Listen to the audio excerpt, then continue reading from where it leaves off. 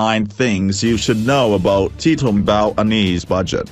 Finance Minister Tito Mboweni on Wednesday afternoon presented the supplementary budget for the 2020-21 financial year, which was necessary after the impact of COVID-19.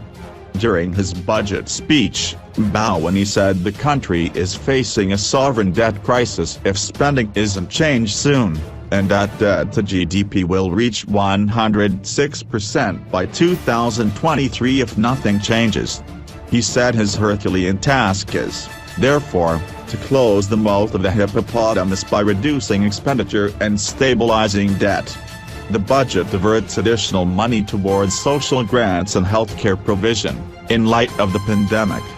A R3 billion bailout of the land bank is also proposed. No new taxes were introduced, but Mboweni said an additional R40 billion in tax will have to be found in the next 4 years. He said the supplementary budget also prepares the road for President Cyril Ramaphosa's goal to use the coronavirus pandemic to forge a new economy in a new global reality. Here are the 9 key announcements from Mboweni's budget. 1. South Africa's economy will contract by 7.2% in 2020. The largest contraction in 90 years. Mboweni said South Africa's economy will contract by 7.2% in 2020, the largest contraction in nearly 90 years. The supplementary budget review reveals that Treasury expects real GDP growth of 2.6% in 2021, and of only 1.5% in 2022 and 2023. Globally, Mboweni said Treasury has revised expected global economic growth down from a positive 3.3% to a negative 5.2% in 2020. This will bring about the broadest collapse in per capita income since 1870. Mboweni said South African inflation will likely remain at 3% in 2020, and local unemployment had reached 30.1% for the first 3 months of the year. Commodity price increases and a weaker oil price have softened the blow, but, as a small, open economy reliant on exports, we have been hit hard by both the collapse in global demand and the restrictions to economic activity, Mboweni said. 2. Treasury expects a R300 billion tax shortfall due to COVID-19. Mboweni said SARS will miss tax collection targets by over R300 billion for the 2020-21 financial year. Mboweni said total tax revenue collected during the first 2 months of 2020-21 was R142 billion, compared to a forecast of R177.3 billion. And is therefore already R35.3 billion behind target. As a consequence, total tax revenue for the 2020-21 fiscal year has been revised down from R1.43 trillion to R1.12 trillion. He said part of the government's R500 billion COVID-19 support package gives taxpayers outright relief of R26 billion. And delays in tax collection of approximately R44 billion. Mboweni said the projected total consolidated budget spending, including debt service costs, will exceed R2 trillion for the first time ever. 3.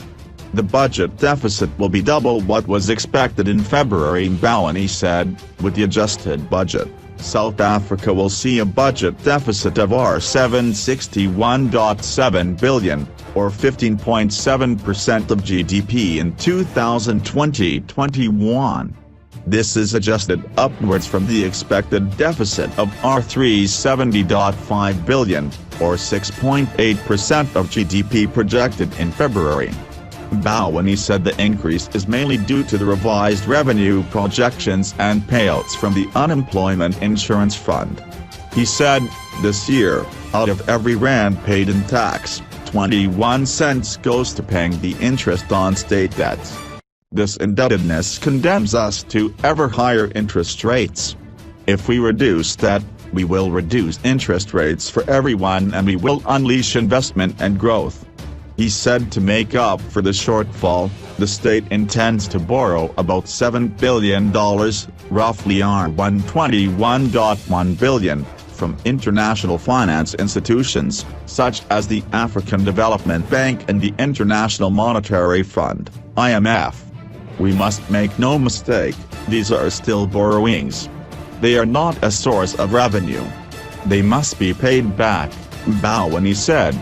He said early projections indicate gross national debt will come close to our $4 trillion, or 81.8% of GDP by the end of the 2020-21 financial year, compared to the estimated our $3.56 trillion or 65.6% of GDP projected in February.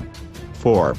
Healthcare receives an additional $21.5 billion spending for COVID-19 response. Mboweni said the supplementary budget proposes $21.5 billion for COVID-19 related healthcare spending. It also proposes a further allocation of $12.6 billion to services at the front line of our response to the pandemic. He said the allocations have been informed by epidemiological modeling, a national health sector COVID-19 cost model, and the country's experiences over the past 100 days. This money partly supports increased screening and testing, allowing us to open up more and more of the economy. Mboweni said provinces will add at least $5 billion for the education catch-up plan, social welfare support for communities, and provision of quarantine sites by public works departments and responses in other sectors. He said tariffs have been agreed with private hospitals to supplement public sector capacity. The Solidarity Fund has augmented the government's efforts to procure medical and personal protective equipment, Mboweni said. 5.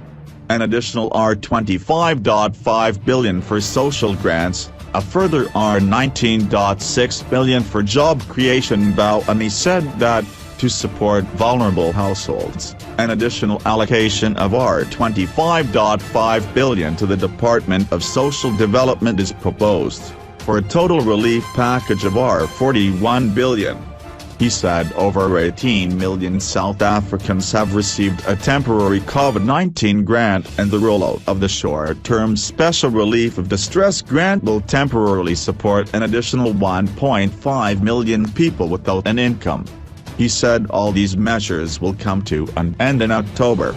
Mboweni said the economic support package sets aside $100 billion for a multi-year, comprehensive response to the country's jobs emergency. He said, aside from the $6.1 billion already allocated for Ramaphosa's job creation and protection initiatives in the February budget, a further $19.6 billion has been set aside. He said the president's job creation and protection initiative will be rolled out over the medium term. It will include a repurposed public employment program and a presidential youth employment intervention. 6. National budget increases by over $30 billion, $40 billion extra tax required in 4 years. Mboweni said the national share for 2020-21 budget increases from $758 billion to $790 billion. The provincial share decreases from $649 billion to $645 billion, and the local government share increases from $133 billion to $140 billion. Local governments would, therefore, receive an additional $11 billion. Mboweni said a further $9 billion will be reprioritized within allocated conditional grants to fund additional water and sanitation provision, and the sanitization of public transport. He said municipalities will adjust their budgets to take into account the sharp decline in revenue as a result of the pandemic. We urge communities to hold councils accountable for the spending of COVID-19 funds. Mboweni said spending adjustments of about $230 billion is required over the next 2 years, and additional tax measures of $40 billion over the next 4 years will also be required. However, no new taxes are planned for this year. The government will announce details to these tax proposals in the 2021 budget. 7. If nothing is done, South Africa's debt will reach 106% of GDP in 2023-24. Mboweni said the state will aim to narrow the deficit and stabilize debt at 87.4% of GDP in 2023-24. He said the cabinet has also adopted a target of a primary surplus by 2023-24. This is about the same time that our aloe crops will flower for the first time. As any farmer will tell you, patience and focus are required, he said, referring to the aloe he first brought to his budget speech in 2019. However, the budget speech review reveals that Treasury expects South Africa's debt to reach over 106% in 2023-24, if nothing is done to address spending. Mboweni said if South Africa doesn't change its spending patterns soon, it will see a sovereign debt crisis, where it is no longer able to pay back the interest on its borrowings. He said even as South Africa responds to the current health and economic crisis, a fiscal reckoning looms. The public finances are dangerously overstretched. Mboweni said, if the state remains passive, economic growth will stagnate.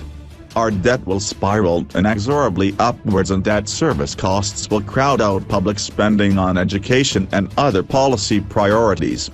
The country already spends as much on debt service costs as we do on health in this financial year, he said. Eventually, the gains of the democratic era would be lost. 8. Bailout of R3 billion for a land bank, and delay on economic reforms. Mboweni said the state will also allocate R3 billion to recapitalize the land bank, which holds 29% of South Africa's agricultural debt. He said details on this recapitalization are provided in the Supplementary Budget review. No other state-owned enterprises, CEOs, will receive bailouts, including the embattled South African Airways, SA. The Supplementary Budget review said the state should reconsider CEOs and whether they still contribute to the goals of the state. Mboweni said some reform measures from Treasury's paper towards an economic strategy for South Africa, adopted by cabinet, have been delayed by the virus. He said Deputy Minister of Finance David Mason will coordinate the implementation of reforms as the head of the Vulindlela office.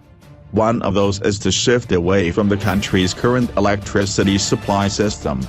He said progress on the other reforms will be given in the medium-term budget policy statement, MTBPS. Mboweni said Public Service and Administration Minister Senzo Mkhanyo will be negotiating with partners in the labor movement to find a balanced solution to the country's high salary costs. 9. South Africa needs private money to fund infrastructure growth. Mboweni said to get South Africa's economy growing, more money will have to be spent on infrastructure, such as roads, bridges, railways and ports. He said the country's efforts to reduce consumption expenditure will also change the composition of spending in the direction of investment. Just as we have toiled together to manage the pandemic, let us harness this same unity of purpose and build the infrastructure our nation needs. He said the state has already committed R100 billion over 10 years towards the infrastructure fund. In light of the Sustainable Infrastructure Development Symposium on Tuesday, where 177 infrastructure projects across public and private sector were considered, Mboweni said these projects will be funded through the budget facility for infrastructure. But our enormous investment needs cannot be delivered by the government alone. The private sector accounts for most of the investment spending in the economy, he said. We must reduce long-term interest rates to allow business and households to drive faster economic growth.